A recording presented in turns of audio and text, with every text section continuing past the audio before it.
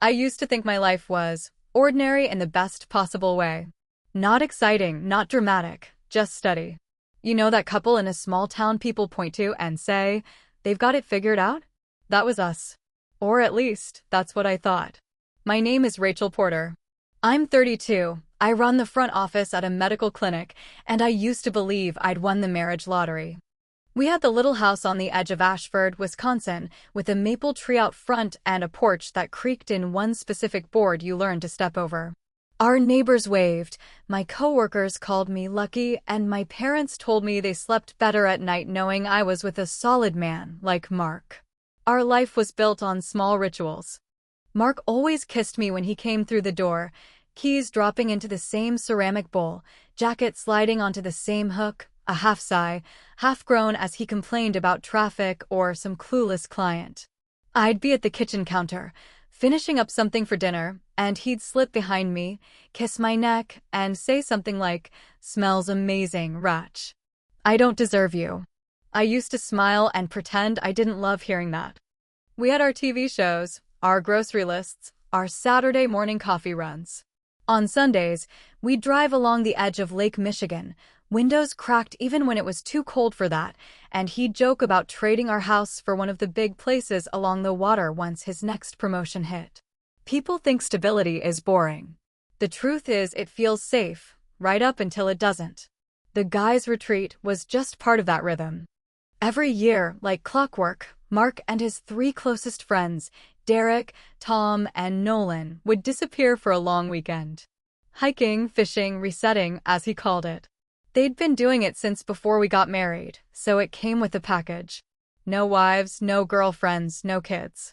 Just the four of them and a cabin in the woods not far from Lake Michigan. The way he talked about it, you'd think it was church. He'd come home sore and tired, smelling like smoke and lake water, complaining about how Derek snores or how Tom packed way too much junk food. I'd listen, laugh, hand him a beer, and tell him I was glad he got to recharge. I really believed that giving each other space was part of being a good wife. So when he announced this year's retreat, it didn't even register as a big thing. He told me at the kitchen table one Tuesday night, while I was scrolling through clinic emails on my laptop and picking at a salad I'd half finished. "Babe," he said casually, "the guys and I finally picked a weekend for the cabin. Same spot, just before it gets too cold." I glanced up, smiled. "Let me guess, no wives allowed, strict caveman rules?" He grinned like he always did. "Exactly.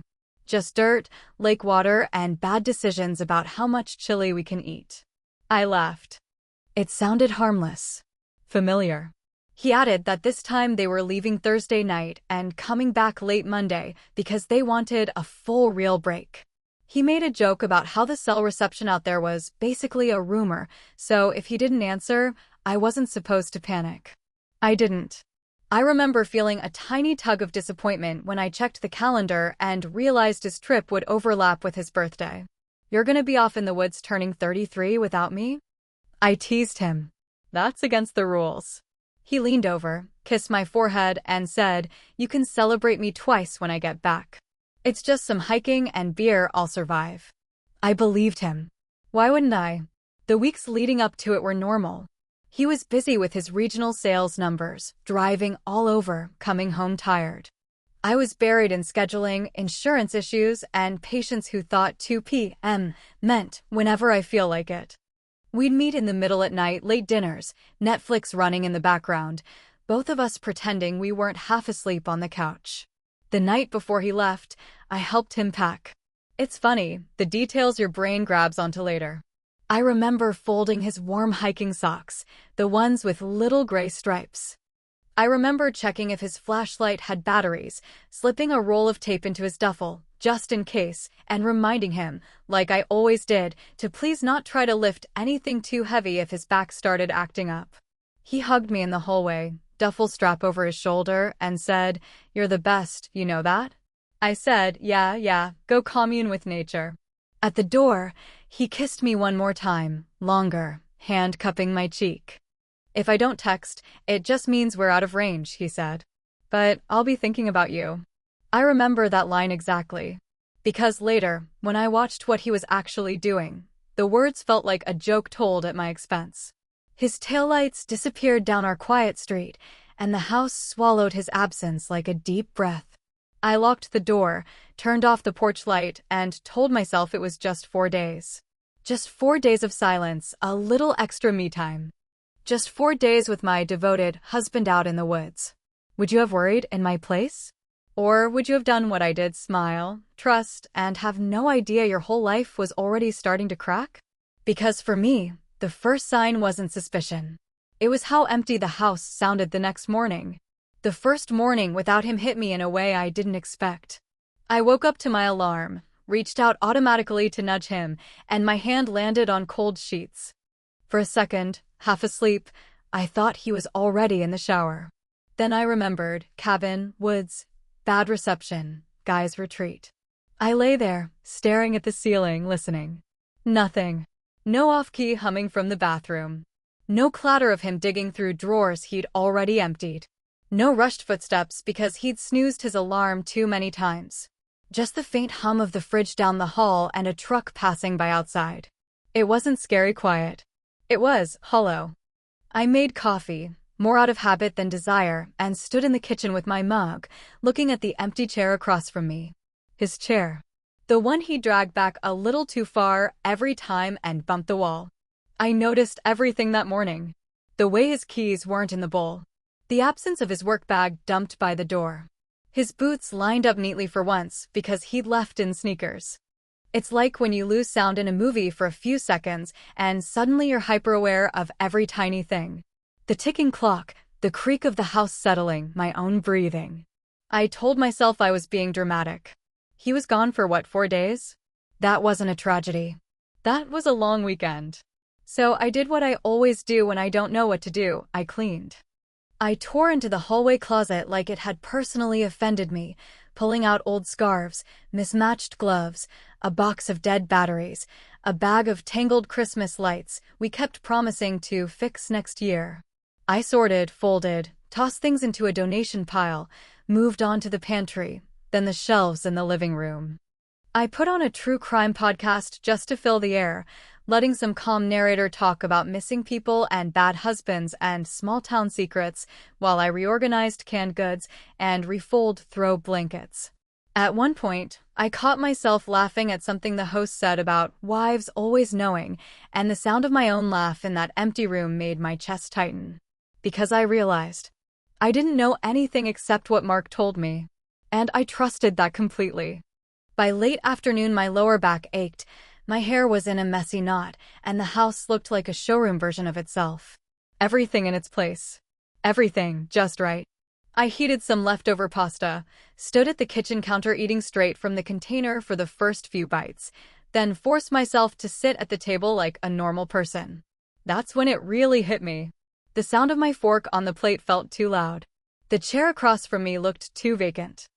I could picture him there so clearly, telling a bad story from work, gesturing too big, spilling a little sauce on his shirt, and swearing softly under his breath while I tossed him a napkin.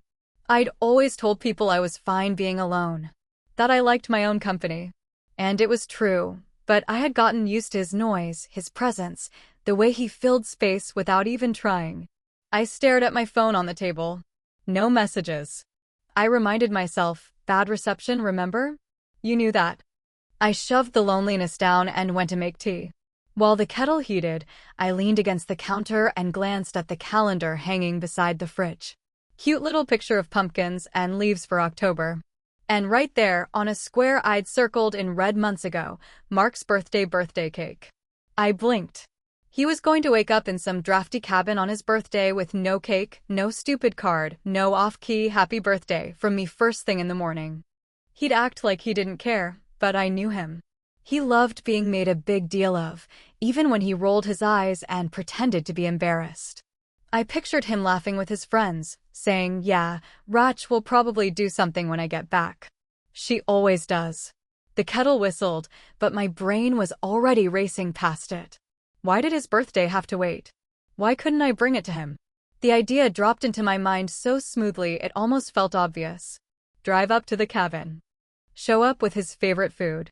Blow his mind a little. Let his friends tease him about having a wife who spoils him. Spend one night, drive back the next morning. No big drama, no disruption. Just a sweet surprise. I could already see his face in my head, eyes wide, that crooked smile, the ratch. What are you doing here? Half laugh, half shock. I could picture Derek shaking his head like, man, you're lucky, and Tom asking what I brought to eat. Nolan would probably make some joke about us being that couple, the annoyingly in love one. The more I thought about it, the more right it felt. I checked the time. If I cooked the next day and left early the morning after, I could make it up there by late morning. He'd probably still be lounging around in sweatpants, nursing a hangover from cheap beer and bad chili. Perfect surprise window. I opened our shared notes app on my phone, the one where we put grocery lists and random reminders, and scrolled to where I'd once jotted down Mark's favorites for a birthday years ago. Chocolate cake. Spicy chicken sliders. Thick vegetable chili. Garlic knots. I smiled without meaning to. If love had a flavor, for us, it was those 4 things. Standing there in our too quiet kitchen, I decided. I wasn't going to spend his birthday alone in a spotless house, pretending the silence didn't bother me. I was going to drive into the woods, knock on that cabin door, and remind him exactly who was waiting for him back home. At least, that's what I thought I was doing. I had no idea I was about to walk straight into the truth.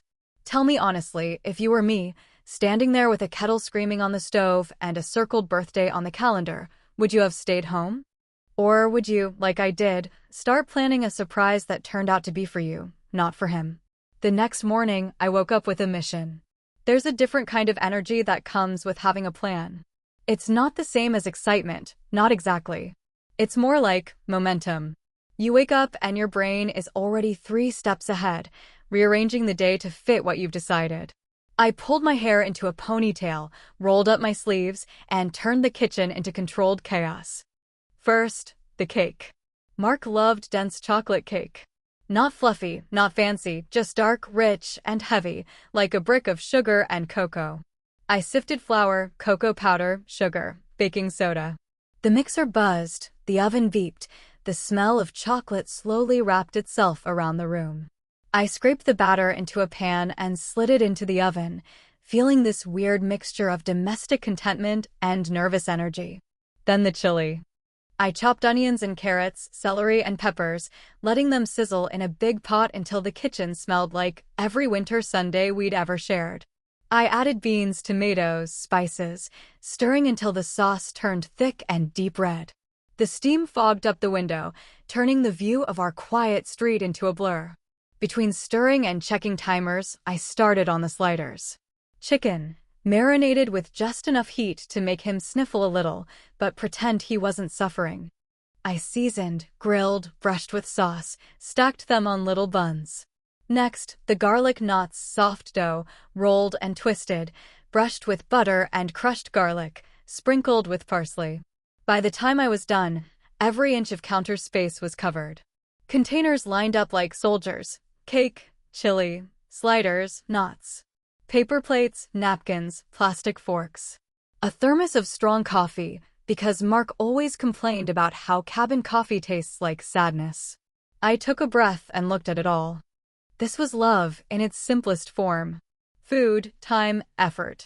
A wife loading up a car to surprise her husband in the woods.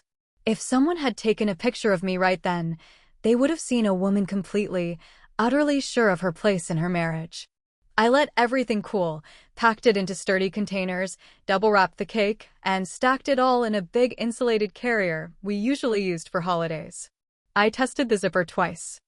I didn't want to show up with a chili disaster sloshed across the back seat. That night, I barely slept.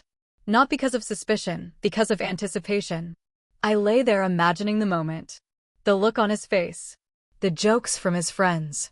Maybe we'd take a quick walk by the lake together before I left. Maybe I'd sleep over, curled up next to him on some lumpy mattress, ignoring the fact that the cabin probably smelled like socks and cheap beer. My brain wrote all these little scenes for us. It never once wrote the real one. Before sunrise, I got dressed in layers, jeans, a sweatshirt, a light jacket. I tied my hair back, grabbed my keys, my phone, the heavy carrier, and stepped out into the kind of cold that makes your breath look like smoke. The sky over Ashford was still a deep blue-gray, the streetlights buzzing faintly.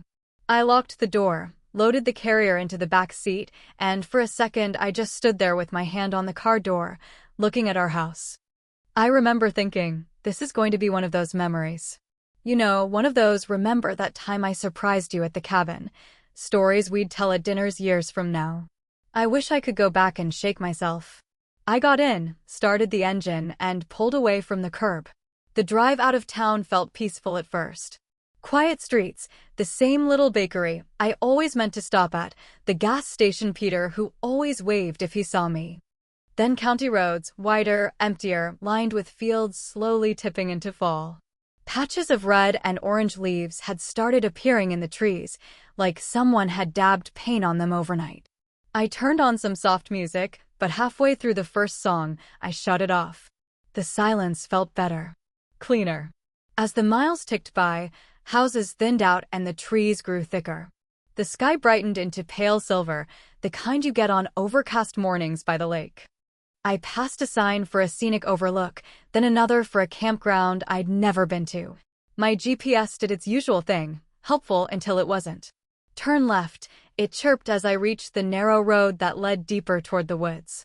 A road I'd taken a couple of times years before, when the guys had invited spouses for a quick daytime visit.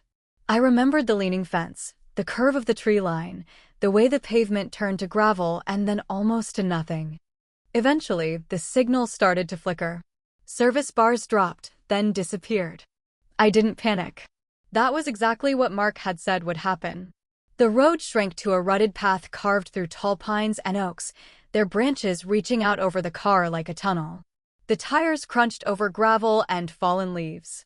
I drove slowly, careful not to hit anything that might rip the bottom of the car. There was a point, maybe 10 minutes into the forest, when something shifted in my chest. I couldn't name it at first. It wasn't fear. It wasn't doubt. It was more like static. This tiny buzz under my ribs that didn't fit with the picture in my head. I told myself it was just the weirdness of the place, the way the trees blocked the sky, the way the light changed, the knowledge that I was heading into almost no reception. Relax, I muttered to myself. You're bringing cake, not serving a warrant. I followed the familiar landmarks. The crooked fence post, half-rotted and leaning. The big rock shaped vaguely like a sleeping dog. The fork in the path where you took the right side, not the left if you didn't want to get stuck. Finally, the trees thinned, and the parking area appeared ahead, a small clearing with enough space for a few vehicles, packed dirt and gravel in place of pavement. I slowed to a crawl and stared. I knew what I was supposed to see there. Mark's aging SUV. Derek's practical crossover. Tom's beat-up truck. Nolan's old sedan with the dented bumper. Instead, I saw none of them. In their place was a lineup that did not belong in that clearing. A gleaming black pickup with dealership plates, still shiny like it had just rolled off the lot. A bright yellow sports coupe, too low to the ground, like someone had dragged a city car into the woods as a joke. A polished little hatchback with spotless tires that had clearly never met real mud. I parked slowly, my heart doing this strange, uneven rhythm. Maybe they carpooled. Maybe someone borrowed a vehicle. Maybe there was some harmless explanation. That's what I told myself. But that static feeling in my chest got louder. I turned off the engine. Instantly, the car filled with a different sound. Music. Heavy bass, thumping through the trees from somewhere ahead. Not the soft background kind, not acoustic guitar around a campfire. This was club music, the kind that makes walls vibrate and neighbors complain. I froze. Then came laughter. High, bright, unmistakably female. A bottle popping open. Someone shouting something I couldn't quite make out, followed by a chorus of voices. The picture in my head, Mark in flannel, coffee steaming in a chipped mug, guys arguing about fishing, didn't match any of what I was hearing. I sat there for a long moment, fingers still wrapped around the steering wheel, listening. Every instinct I had was suddenly awake. I glanced in the rearview mirror at the insulated carrier in the back seat, stuffed with food I'd made out of love. For the first time since I'd left home, The word surprise didn't feel sweet. It felt like a setup. Like I was walking into something I hadn't been invited to see. I took a slow breath, unbuckled my seatbelt, and told myself one more lie. Maybe they just invited a couple of friends. Maybe I'm overreacting. Then I opened the car door and stepped out into the cold, damp air of the clearing, the bass rolling through the ground under my feet. I had no idea that, by not turning back right then, I was about to find the kind of truth you don't unsee. My boots hit the ground and I felt the bass in my knees. The air out there had that cold, damp smell of dirt and leaves, the kind that usually makes you think about campfires and hot drinks. But all I could think about was how wrong everything sounded. This wasn't a quiet guy's weekend.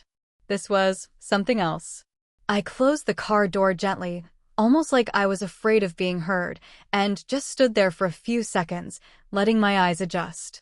The trees formed a dark wall around the clearing, the sky a dull gray sheet above them.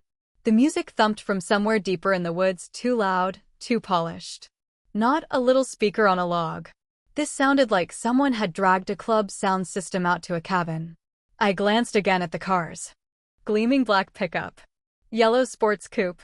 Shiny hatchback. No mud splatter, no fishing gear, no familiar dents or scratches. They looked like they belonged in a dealership lot, not parked in the dirt at some rustic hideaway. Mark's SUV was nowhere. My brain scrambled for explanations. Maybe they rode together. Maybe someone's boss lent a vehicle. Maybe the guys changed the cabin and forgot to tell me. It was all possible, technically. But then there was the laughter. Sharp, high-pitched, unmistakably female, cutting through the bass. A cluster of voices, not just one. The pop of another bottle, a cheer, someone squealing like they'd just been handed something expensive or surprising. I swallowed. I could have called him right then. I could have stood next to my car, dialed his number, and said, "Hey, surprise, I'm here. Which cabin is it again?" I could have given him the chance to lie or panic or warn whoever was inside. Instead, I slid my phone into my jacket pocket and left it there. I didn't want him to have time to rearrange anything. Whatever was happening out there, I wanted to see it as it was. I left the insulated carrier in the back seat. The food suddenly felt heavy. Too hopeful. Too innocent for whatever this was. "Just go check," I whispered to myself. "You're already here. Just look." I found the start of the familiar path at the edge of the clearing. The same narrow trail I'd walked before, with Mark's hand on the small of my back, leaves crunching under our boots, his voice ahead of me, telling me how the guys had really roughed it the first time they came out here. Now, I walked it alone. The ground was uneven, sprinkled with pine needles and small rocks. Branches scraped lightly at my jacket. The closer I got, the louder everything became: music, voices, the clink of glass, a burst of laughter that made my stomach clench. I slowed down without meaning to. Shapes began to appear between the trees, the corner of the cabin roof, a flash of light, the outline of the porch railing. The air smelled different too, smoke, yes, but not just from a fire. Cigarettes. Maybe something stronger. Underneath that, the sour-sweet mix of alcohol and too many bodies in one space.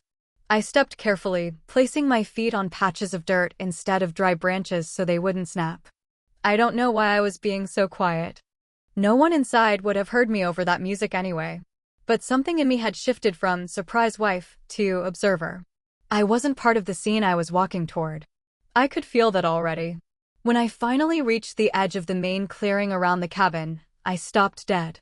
The last time I'd seen this place, it was almost peaceful. A little worn, sure, but charming in that cheap rental way.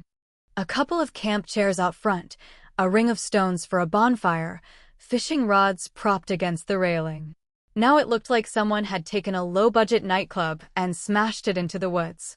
Bright electric light poured out of the windows. Colorful patterns pulsed across the log walls from some kind of party lamp inside, flashing red, blue, green. The front door was closed, but the music was so loud it might as well have been wide open. There were bottles on the front steps, some standing, some tipped over. A jacket lay crumpled over the railing, not one I recognized. I could see movement through the curtains, figures shifting and swaying, arms raised, shadows overlapping. My heart was beating so hard I could feel it in my throat. Nothing about this said, for married guys catching up over beer and fishing. Everything about it said, no one here expects a wife to show up. I stayed in the shadows at the tree line, watching. A burst of laughter came from inside, then a sharp little scream that sounded more like delight than fear. A woman's voice shouted something I couldn't make out, followed by a lower male voice, then more laughter. The bass line of the song changed, sliding into something even heavier. My fingers had gone cold. I realized I was gripping the trunk of a tree with one hand, like I needed it to stay upright. My mind kept trying to force what I was seeing and hearing into the story I'd been told. They're just blowing off steam. Maybe one of the guys invited some coworkers. Maybe it's not as bad as it sounds. But another voice, quieter and sharper, whispered underneath all that. Or maybe this is exactly as bad as it sounds.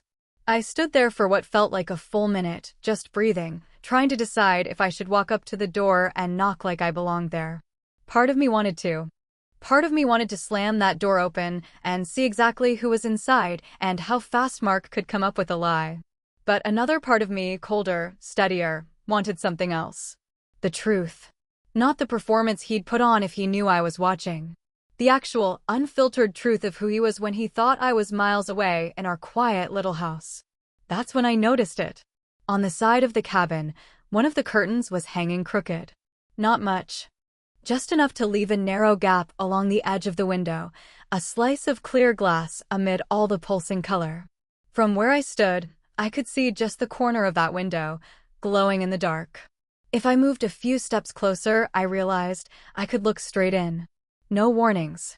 No time for anyone to change their behavior. No way for him to say later that I'd misunderstood what was going on. I took a slow breath and felt something settle inside me. Not anger. Not yet. Not even heartbreak. Just a hard, focused kind of calm. I stepped out of the cover of the trees and walked quietly toward that crooked curtain, the music shaking the ground under my feet, completely unaware that every step was taking me closer to the moment my marriage would stop existing the way I thought it did. I reached the wall, put my hand on the cold logs for balance, and leaned toward the glass. And finally, I looked in. My cheek touched the glass before my brain caught up. It was cold, so cold it burned a little, but I barely felt it. The music on the other side of that window wasn't just sound anymore, it was a physical thing, vibrating through my skin, shaking the frame. For a heartbeat, all I saw were flashes of color.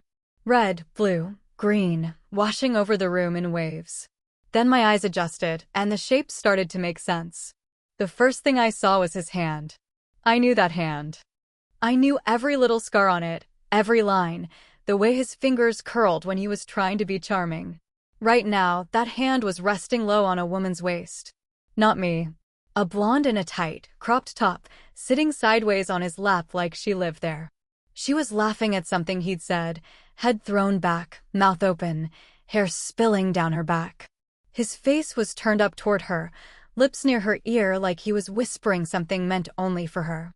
My husband. My devoted, overworked, tired husband. He looked happy. Not the drained, half-present version I'd been getting at home. Not the man who collapsed on the couch and complained about his back. He looked alive, energized, eyes bright, that particular grin he saved for when he felt like the center of the universe. He'd just found a new orbit. I couldn't breathe for a second. The room came into focus in pieces. Derek was a few feet away, shirt unbuttoned, swaying to the music with a brunette whose dress was riding higher than gravity should allow. His hands were everywhere, her waist, her chest, sliding lower when she leaned in and whispered something in his ear. Tom was against the far wall, pinning a dark-haired woman between his arms. She had one leg hitched up around his hip, fingers tangled in his hair, lips mashed against his while his hand slid under her top like he'd done this 100 times. Nolan was on the other side of the room, sprawled in an armchair with a woman perched on the armrest, her legs draped across his lap. One of his hands held a drink. The other disappeared under the hem of her skirt, his thumb tracing lazy circles on her thigh. Everywhere I looked, there were bottles, vodka, whiskey, something in a bright blue glass. Some were on the coffee table, some on the floor, some knocked over and leaking onto a rug that had probably seen better days. An ashtray overflowed with cigarette butts. Someone's bra hung off a lampshade like a punchline to a joke. No fishing gear. No board games. No worn-out hoodies and old stories. This wasn't four tired guys blowing off steam. This was an organized, practiced ritual. A system. And Mark was right in the center of it. He wasn't drunk stumbling either. He was smooth. His hand on the blonde's thigh, fingers creeping higher while she leaned back into his chest and traced invisible circles on his jaw with one manicured finger. His eyes scanned the room once, lazy, like he was proud of the chaos he and his friends had created. He looked like a man who had done this before. Something inside my chest shifted. You'd think I'd cry right then. Or maybe slam my fist on the glass, scream his name, blow the whole thing up in one loud, messy explosion. That's what happens in movies, right? The betrayed wife storms in, everything stops, drama everywhere. But that's not what happened. Instead, everything went very, very quiet. Not outside, I could still hear the music, the laughter, the clink of bottles. But inside me, there was this silence. A deep, cold space where all the noise had drained away. I stared at him, at the woman in his lap, at the friends who had sat at my dinner table and toasted to good wives, and I realized something that hurt more than anything I was seeing. This wasn't an accident. This wasn't a one-time lapse in judgment. This was a system they'd built together. A second life. The bad reception, the extended weekends, the inside jokes about cabin rules, the way they always insisted it was just the guys. It hit me all at once. This place wasn't a retreat. It was a stage. And I'd been paying for the tickets without knowing it. My hand slid up the window frame, fingers numb, nails dragging along the wood. I watched Mark cup the blonde's face in his palms and kiss her like he used to kiss me when he thought I was the center of his world. I watched Derek yank his girl closer, watched Tom's hand dig into that dark-haired woman's hip, watched Nolan laugh at something the woman on his lap said, eyes crinkling in that nice guy way he used to use on Sophie. For husbands. For separate lives back home, with kids and mortgages and weekend chores. And here they were, tangled up with four women who were not us, not their wives, not the people who washed their clothes and packed their lunches and kept their secrets. My stomach twisted hard enough to make me sway. A part of me broke standing there. I won't lie about that. You can't watch the person you love become a stranger in real time and stay intact. But another part didn't break. It sharpened. I realized something else as I stood there, invisible outside that window. If I walked in right then, they'd all scramble. Clothes would be yanked up, excuses thrown together, fake apologies rehearsed in milliseconds. He'd swear it was nothing, a stupid mistake, just a drunken thing. He'd lie. They all would. And maybe, for a while, people would believe them. But if I didn't walk in, if I let this play out a little longer, I could turn this moment into something they could never talk their way out of. The blonde on his lap laughed again and snapped a selfie, phone flashing. Derek grabbed a bottle, poured shots across the table. Nolan slapped someone's thigh. Tom said something that made his girl throw her head back and howl. They thought they were untouchable out here in the woods. That no one would ever see this. That their wives were home, cleaning closets and making dinner and believing in fairy tales. My heart was still breaking. But underneath that, something colder was taking shape. Have you ever felt that? That line between pain and clarity? The second where heartbreak stops being just hurt and starts becoming a plan? Because that's where I was, with my cheek against the glass, watching the lie I'd been living in reveal itself in full color. I stayed there a moment longer, letting every detail burn itself into my memory, knowing this wasn't over. Not by a long shot. I don't know how long I stood there, just watching. Seconds, maybe. Or minutes. Time did this strange stretching thing where every detail seemed to slow down and sharpen. The way the blonde's hand slid over Mark's chest. The way his fingers dug into her hip. The way Derek slapped the table after a joke, spilling liquor on the floor and not caring. Then my body moved before my thoughts caught up. Very slowly, I pulled my face back from the glass. The cold left a numb patch on my cheek. My breath was shallow, like my lungs had forgotten how to work. My hand slipped into my jacket pocket and found my phone. It was pure instinct. No grand plan, no dramatic decision. Just this quiet, steady voice in my head saying, "Don't just watch. Take this with you." My fingers shook, but they still knew what to do. Thumb to power button, swipe up, camera app. I turned the volume all the way down so there'd be no shutter sound to give me away. Then, without letting myself think too hard, I lifted the phone back toward the window. The screen lit up with the same scene I'd just been staring at with my own eyes. Mark sprawled on the couch, blonde still in his lap. Derek grinding against the brunette like they were on a dance floor instead of somebody's rented cabin. Tom's hand disappearing under the dark-haired woman's top. Nolan's head tipped back in laughter, his fingers tracing the edge of that woman's underwear where her skirt had ridden up. I hit record. For a second, my hand wobbled. The image jerked. I swallowed, steadied my grip, pressed the side of the phone against the glass to keep it from shaking. In the video, the music was muffled and distorted, but the visuals were crystal clear.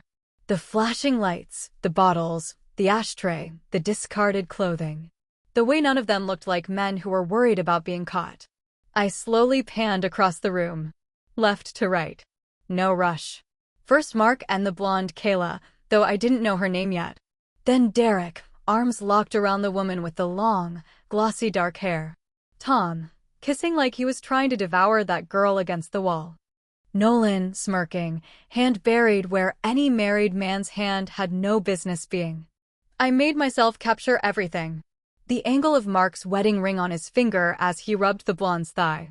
The way Derek's shirt was half off, buttons straining. The look on Tom's face, focused, hungry. The way Nolan's head dipped toward the woman's neck, his mouth moving against her skin. They had no idea.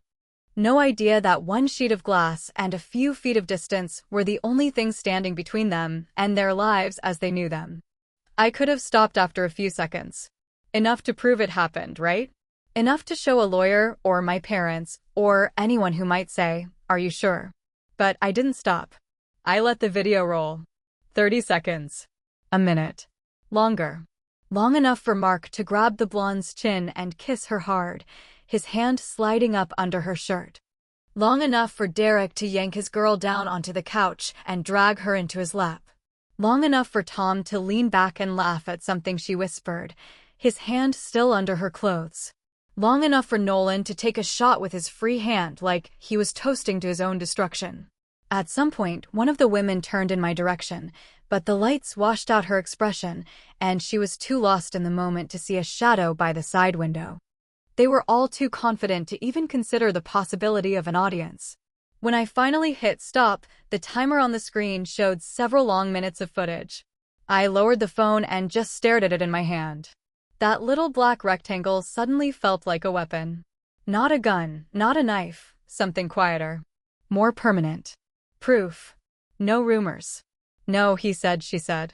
Just exactly what was happening, preserved in pixels. I backed away from the window, one small step at a time, until the cabin slipped out of my peripheral vision and the trees took its place. The music dulled to a distant thump behind me, swallowed by the woods. I didn't run. I didn't storm. I didn't even cry. I just walked. Back down the path, over gravel and twigs, through the air that smelled like dirt and wet leaves and smoke.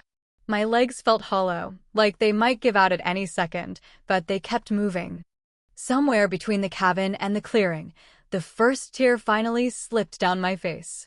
Just one. Then another. Not the kind of sobbing that doubles you over. More like a leak inside something that had been overfilled for years. By the time I reached the parking area again, my face felt stiff from dried cold air and salt. The lineup of cars was exactly the same, slick, shiny, out of place. My car looked small and tired next to them, like it knew where it really belonged. I opened the back door and stared at the insulated carrier. The smell of garlic and chocolate and spices hit me all at once. The cake I'd baked, the sliders I'd assembled, the chili I'd stirred for an hour, the knots I'd brushed with butter like I was painting love onto dough. I let out a short, humorless laugh. This had been my gift. My I love you, happy birthday, I'm so glad we have what we have. It didn't fit here anymore. I shut the door without taking the carrier out. Maybe the food would go to waste. Maybe I'd donate it somewhere later. Right then, I didn't care. I just knew I wasn't going to walk into that cabin with my arms full of proof that I still believed in him. I got into the driver's seat, closed the door, and gripped the steering wheel. For a second, I just sat there, staring at my own reflection in the rearview mirror. My eyes were red, not from full-on crying, but from everything inside me fighting not to fall apart. "This is real," I whispered. Hearing the words out loud made my throat burn. I started the engine. The sound of it covered the faint thump of the music for a moment, like my car was trying to erase the last half hour from existence. I backed out slowly, turned the wheel, and pointed the car back toward the narrow road home. As the trees swallowed the cabin behind me, a strange calm began to settle over me. Not peace. Not even acceptance. Just focus. I had the video. I had the truth.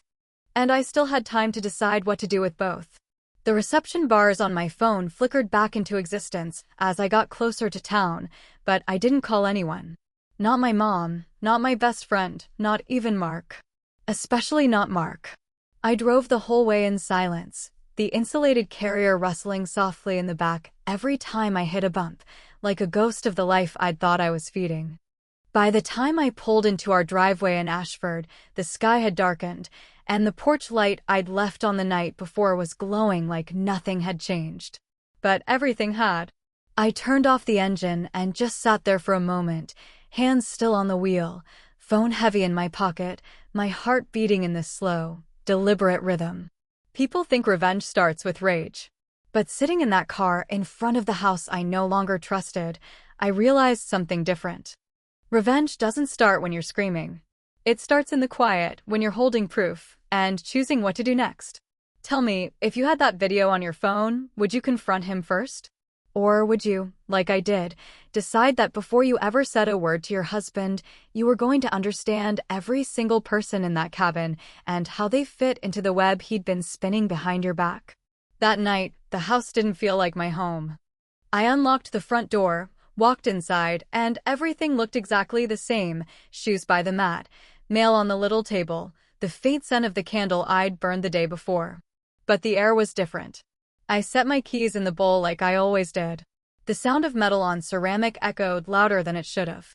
I slipped off my shoes, walked into the living room, and sat on the edge of the couch without turning on the TV.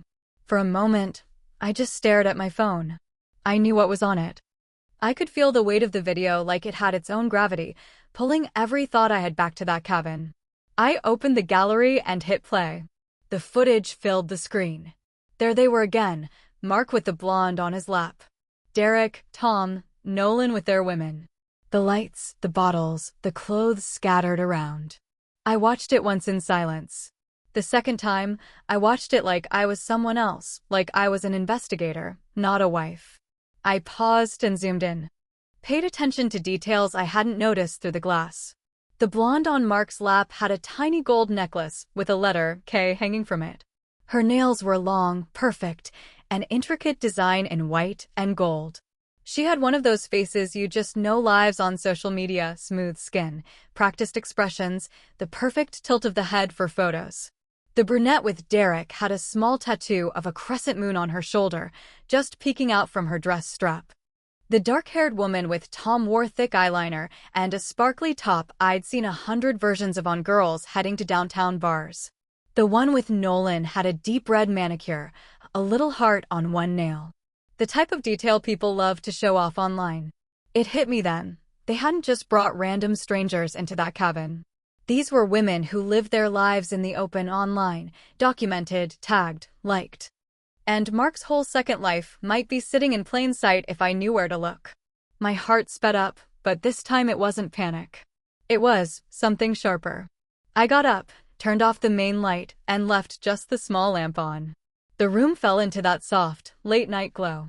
I grabbed my laptop from the dining table, brought it to the coffee table, and sat cross-legged on the rug.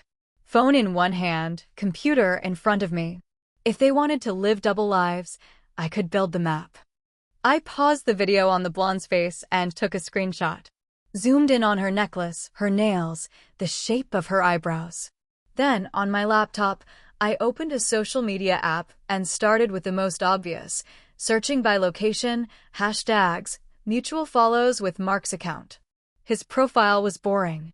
Work stuff, vacation pictures with me, shots of the lake, the occasional guys' night picture with one or two of the same friends.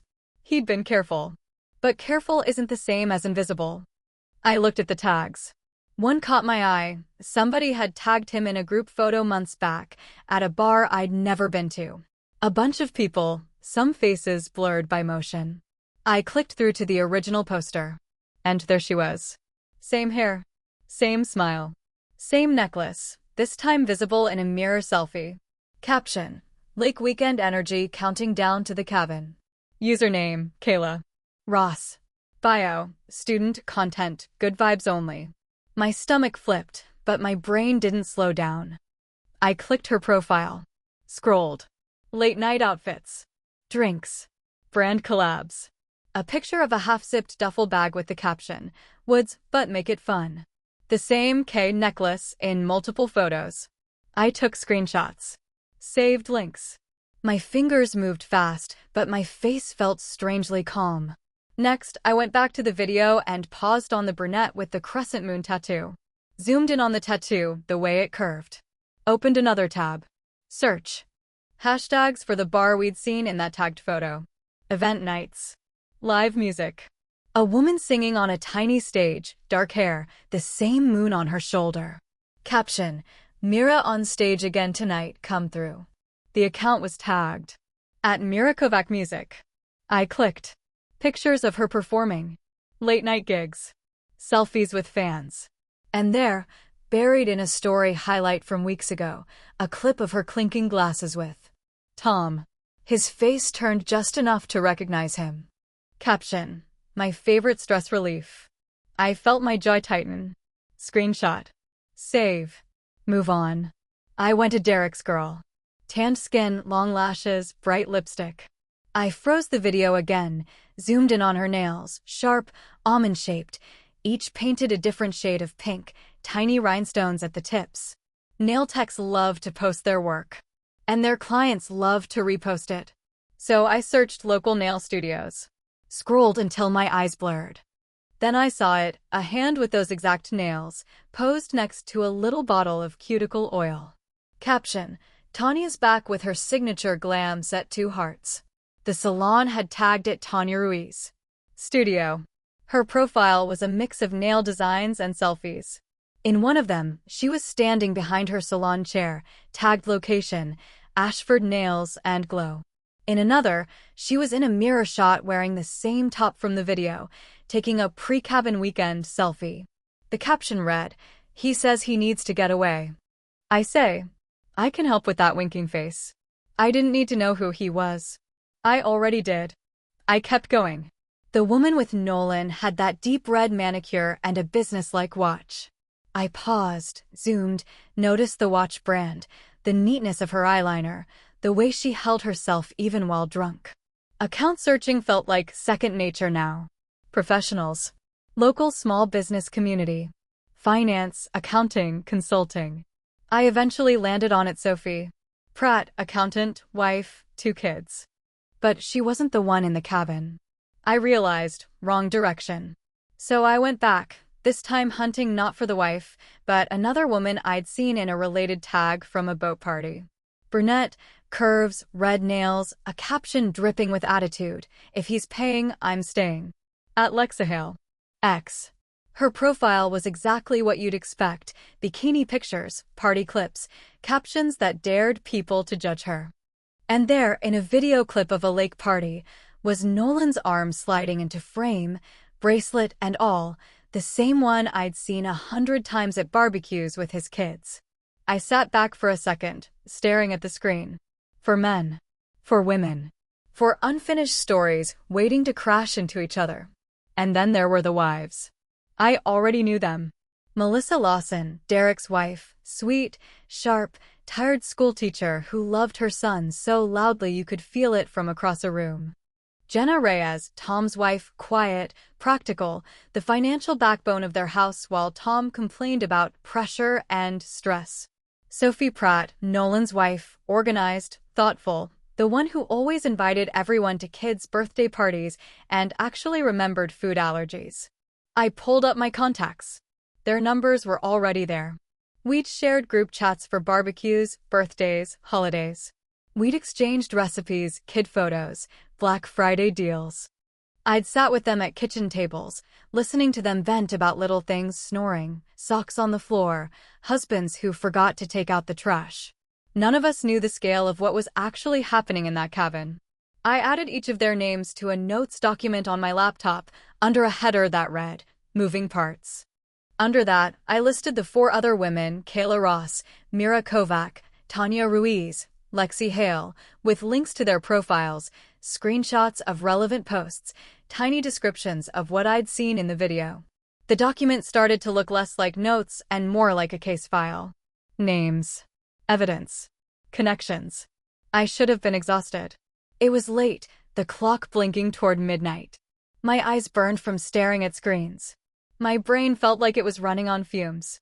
But I wasn't tired. Anger had shown up, finally. Not the screaming kind. Not the kind that throws things. This was cooler. Controlled. Like a steady flame instead of an explosion. I opened the video again and watched it one more time, not as a devastated wife, not even as an investigator, but as someone planning something. Every second of that chaos in the cabin was a choice they had made. They chose to lie, to cheat, to build this secret life in the woods. To use bad reception as a shield. To sit their bodies in front of other people and forget, for a few hours, the homes and families and wives they'd left behind. They thought distance protected them. But distance can be crossed. And secrets don't stay buried when someone decides to dig. I reached into the back of a kitchen drawer I almost never opened and pulled out a small box. Inside was an old prepaid phone. I'd bought it years before, when the clinic had a string of creepy calls and we'd gotten paranoid. I'd never actually used it. I turned it over in my hand, feeling its cheap, plastic weight. Then I grabbed a charger, plugged it into the wall, and watched the dead screen blink to life. If Mark had a second life, maybe it was time I built one too. One version of me was going to stay Rachel, the quiet, reasonable wife, a little longer. The other? She was about to become someone none of them had planned for. Would you have stopped at the video? Kept it for a lawyer and nothing else?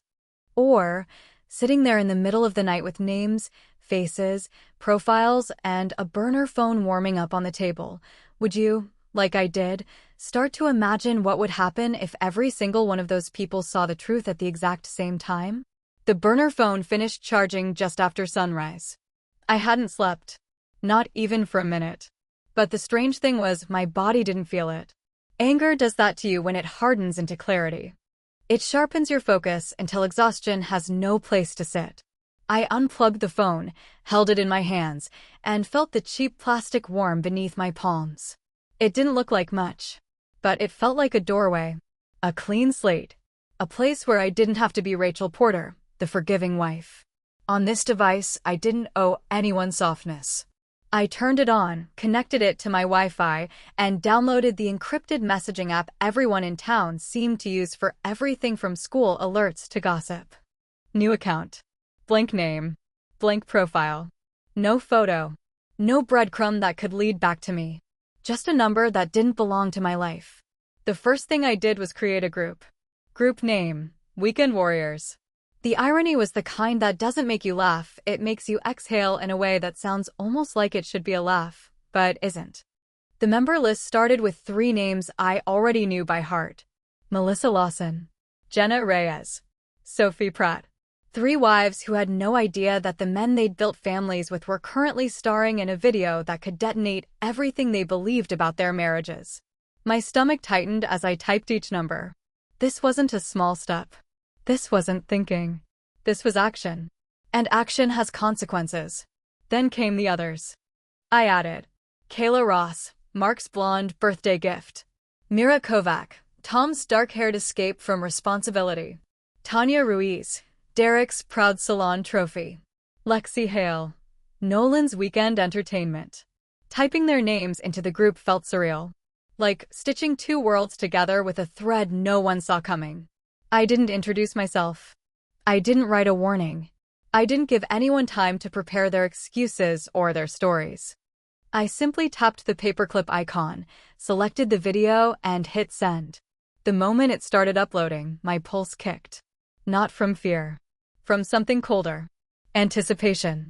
I placed the burner phone on the coffee table, screen up, and sat back on the couch with my real phone face down beside me. For a second, nothing happened. Just the quiet hum of the refrigerator in the next room and the faint tap of tree branches against the living room window. Then the message status changed. Delivered. 3 seconds after that. Viewed. Viewed. Viewed. And then the phone exploded. Not literally. The sound was silent. I'd muted notifications, but the screen lit up like lightning, one message after another, an avalanche of reactions. I leaned forward, elbows on my knees, and watched. Kayla, what is this? Who are you? Kayla, delete that now. I swear I will sue. Mira, okay, everyone calm down, this looks edited. Then, Mira, wait. That's Tom. Shit. Shit. Tanya, Derek told me he wasn't married. Followed by, you can't send stuff like this without an explanation. Lexi, this is illegal. Whoever sent this, enjoy your lawsuit. Then seconds later, Nolan said he was single. A pause in the stream. Then the wives joined. Melissa, where was this? Another message immediately after. Why is Derek's ring on the table? Jenna, Tom is in debt and cheating? With who?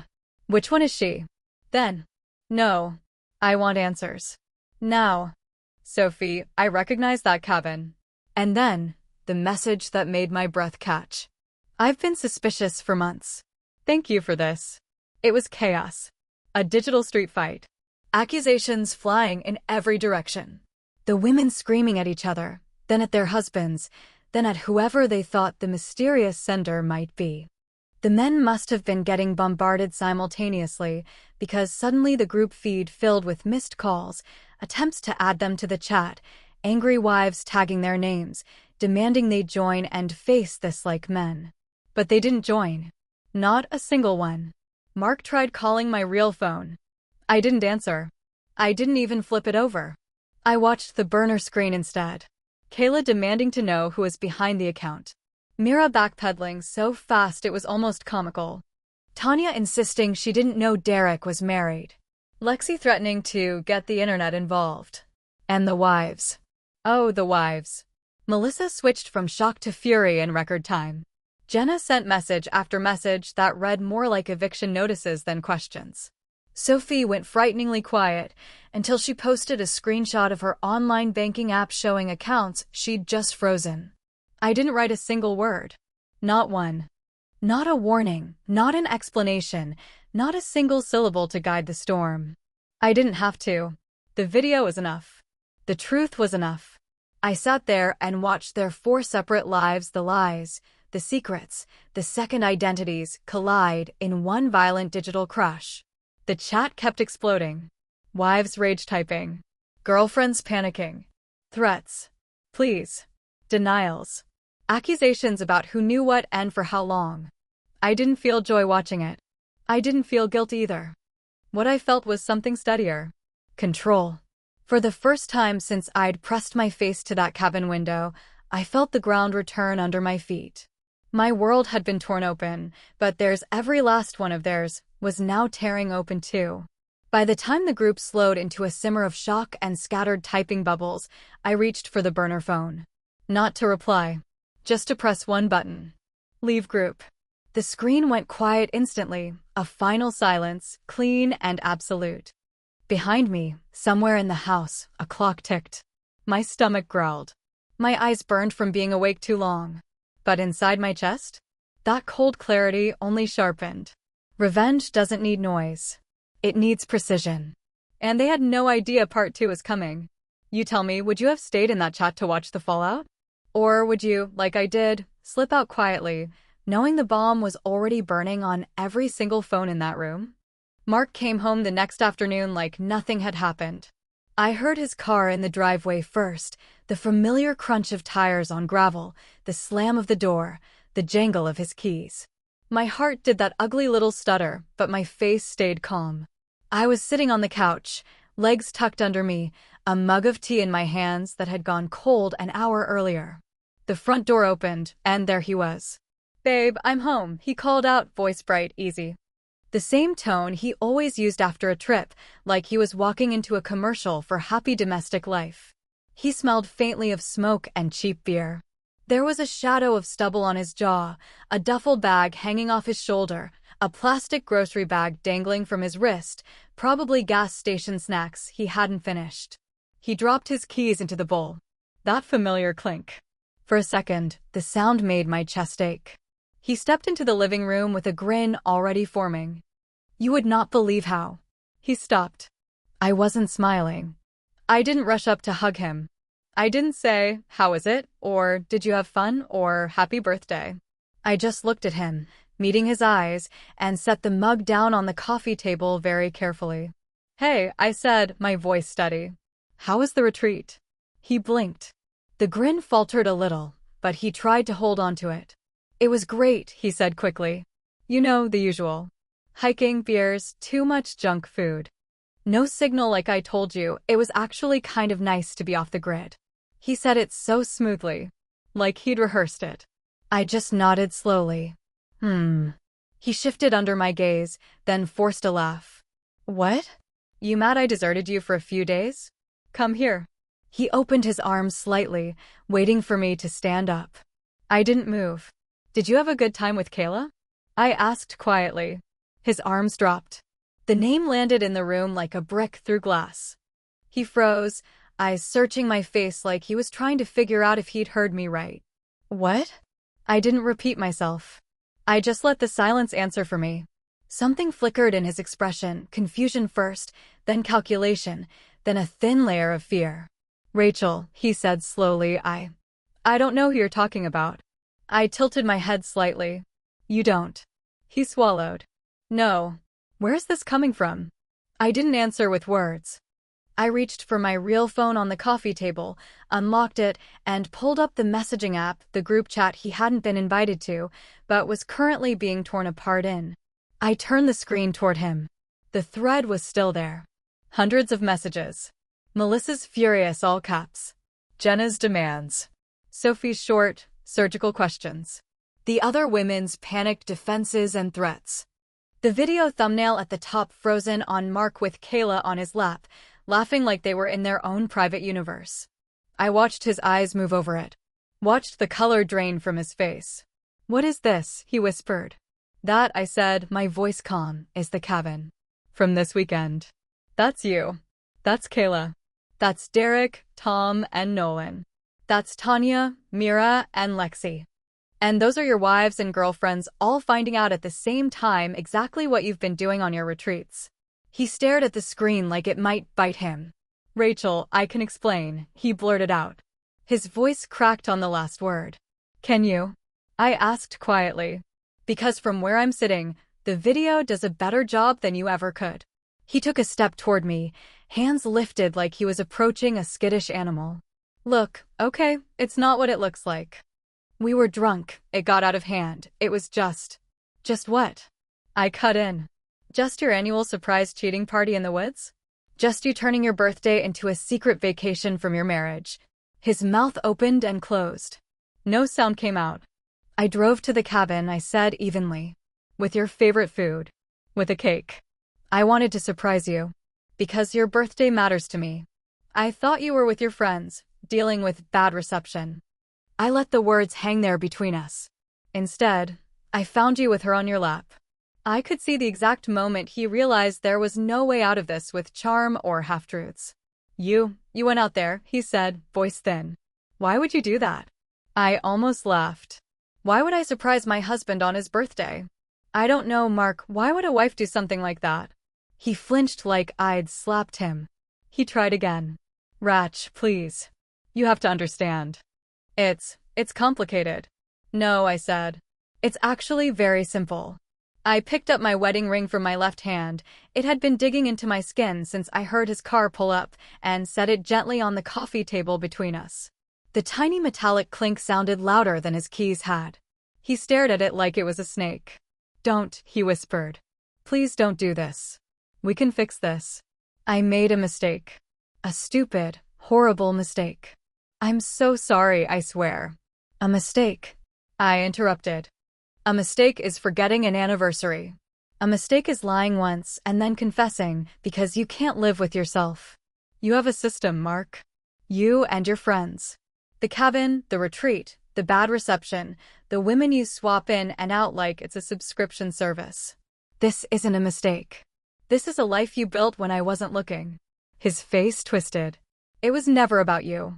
It doesn't mean I don't love you, I said quietly. "Don't use that word right now." He dragged a hand through his hair, pacing once in front of the coffee table. I could see the panic fully setting in now. Not just about us, but about everything else.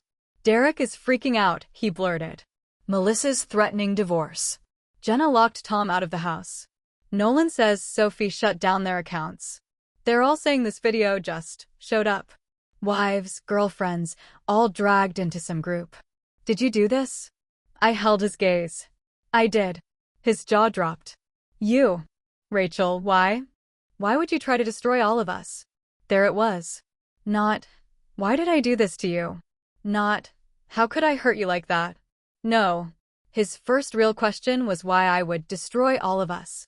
I felt something inside me harden in response. "I didn't destroy you," I said softly. "I just handed you a mirror. You did the rest." He shook his head, eyes wild now. "You could have just talked to me. We could have gone to counseling. We could have figured something out. You didn't have to drag everyone into this. You didn't have to. You dragged everyone into this," I cut in. "When you decided your vows were optional as long as the cabin was far enough from town. When you let your friends treat their marriages like props. This is the part where consequences arrive, Mark. I didn't invite them. You did." He stared at me, chest rising and falling fast, eyes glassy like he wanted to cry but didn't know how. "I'll stop seeing them," he said desperately. "All of them. I'll block every number, delete everything, quit the trips, I swear to God. I will do anything. Just don't leave. Don't make this permanent." I stood up slowly. My legs didn't feel like they belonged to someone who hadn't slept in nearly 2 days. They felt steady. "I already made it permanent," I said. "I have a meeting with an attorney tomorrow. Wisconsin's no fault. I have the video, the messages, the timeline. You can fight if you want, but I wouldn't recommend it." He stared at me like I'd reached into his chest and pulled his ribs apart. "Rachel," he whispered. "Don't do this. Please. You're my wife. We can get past this.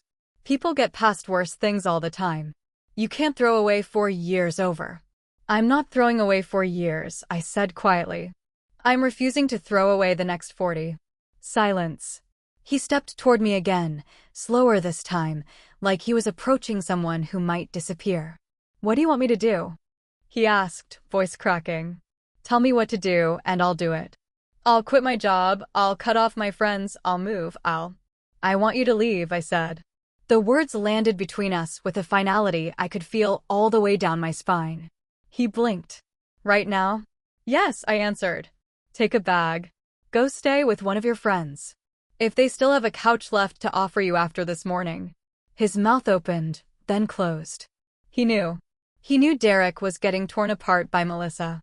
He knew Jenna had probably thrown Tom's things into the yard by now. He knew Sophie was too quiet not to be deadly. He didn't know where to go. He was just beginning to realize that the brotherhood he'd cheated with might not be there for him now that the fire was burning all of them at once. My phone buzzed on the table, real phone this time. I glanced down. A text from Jenna. "He's blaming you. Says you overreacted. Just thought you should know what kind of man you married." Another from Melissa. "Lawyer at 3. You saved my life, Rachel. I'm not wasting it." And one from Sophie, short and brutal. "He's done. So am I. So are you, I hope." I looked back up at Mark. "You should go," I said, my voice soft but not kind. "This isn't your house anymore. Not the way it was. Not for me." He looked around like the walls might suddenly start pleading for him. "This is my home," he said weakly. "No," I replied. "It was. Now it's the place I'm going to dismantle our life and rebuild mine." Something in his posture collapsed. He grabbed his duffel bag, fingers fumbling at the zipper. He looked like he wanted to say something else, some final line, some last attempt at guilt or romance or nostalgia. But nothing came. He walked to the door, paused with his hand on the knob, and looked back at me one more time. "You're really going to do this?" he asked. "To all of us?" I held his gaze. "No, Mark. You did this to all of us. I just made sure no one could pretend not to see it."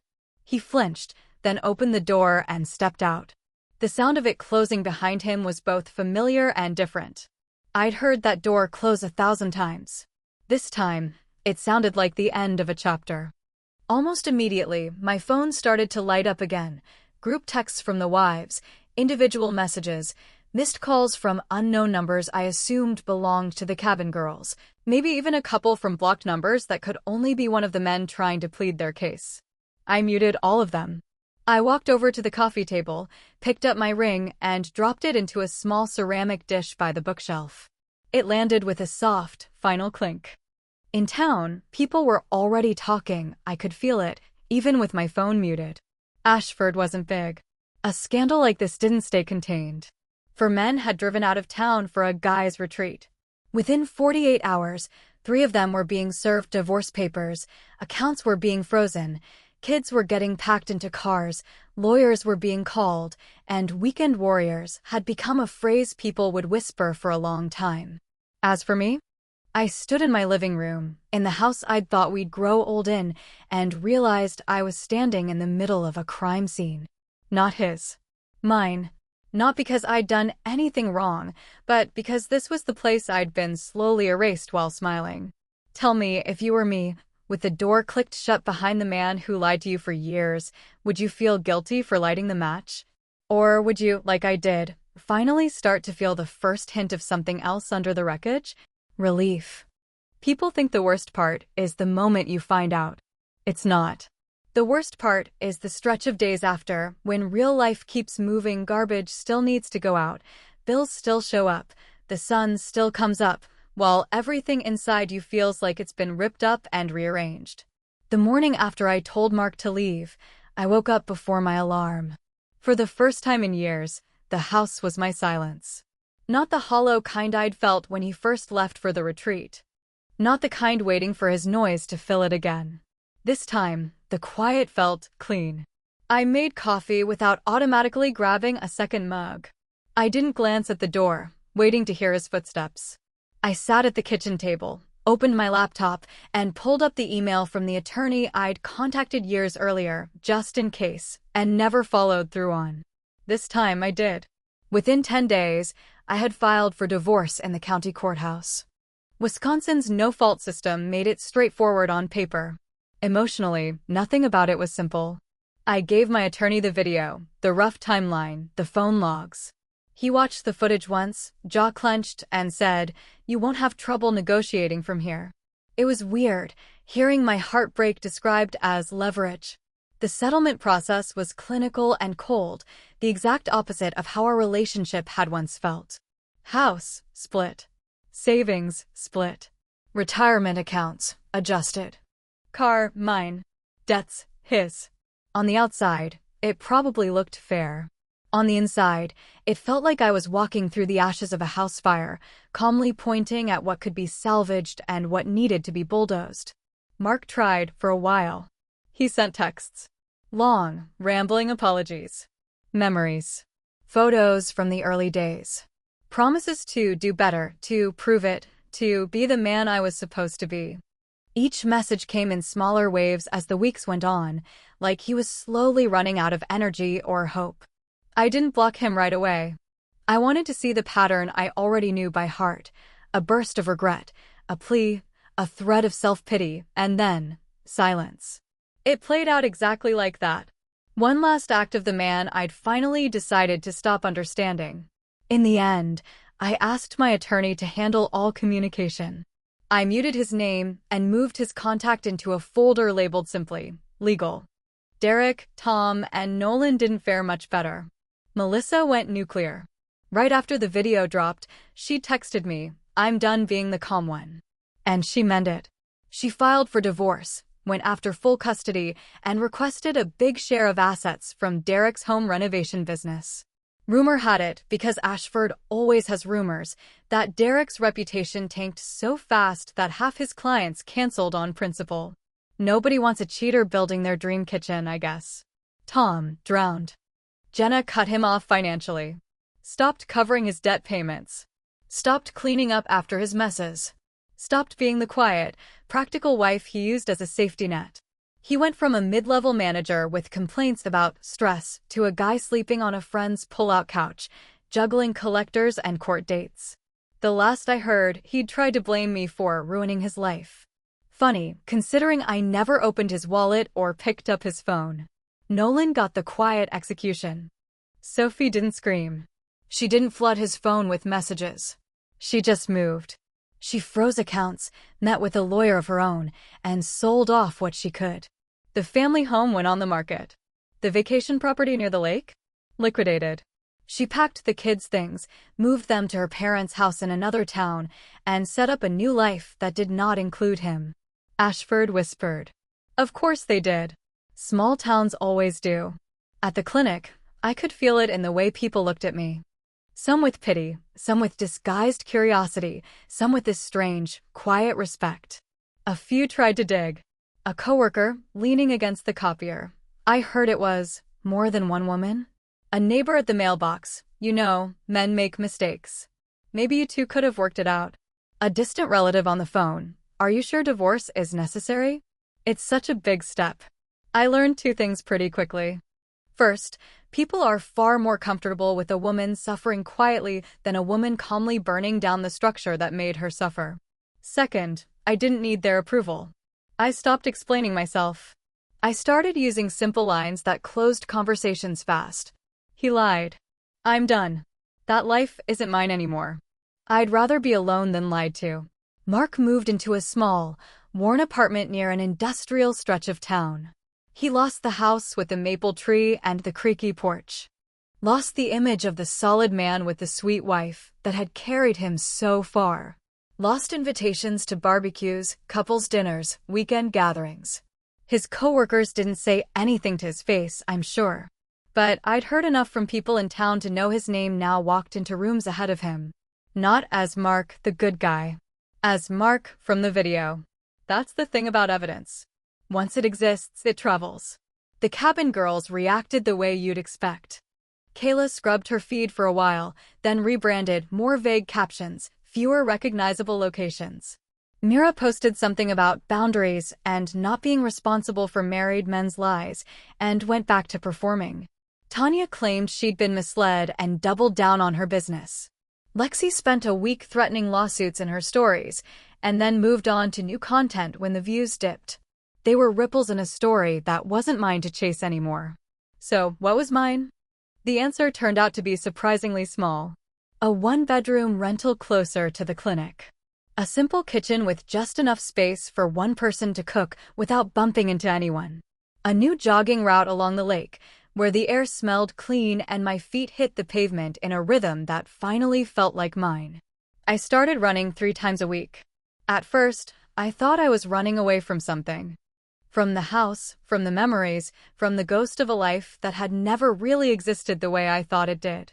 But one morning, as the sun was just starting to rise over the water, turning the lake into a flat sheet of pale gold, I realized something. I wasn't running away anymore. I was running toward myself. I cooked smaller portions. Meals for one. Not sad ones, real ones. Roasted vegetables, grilled fish, soup that simmered all Sunday. I didn't plate anything for a second person. Didn't listen for a car in the driveway. Didn't measure my evenings by when someone else walked through the door. At work, I stopped using phrases like my husband and started saying my ex. The first few times, the word felt foreign in my mouth. Then it started to feel accurate. My parents asked if I was okay. My mom cried. My dad got quiet and angrier than I'd ever seen him.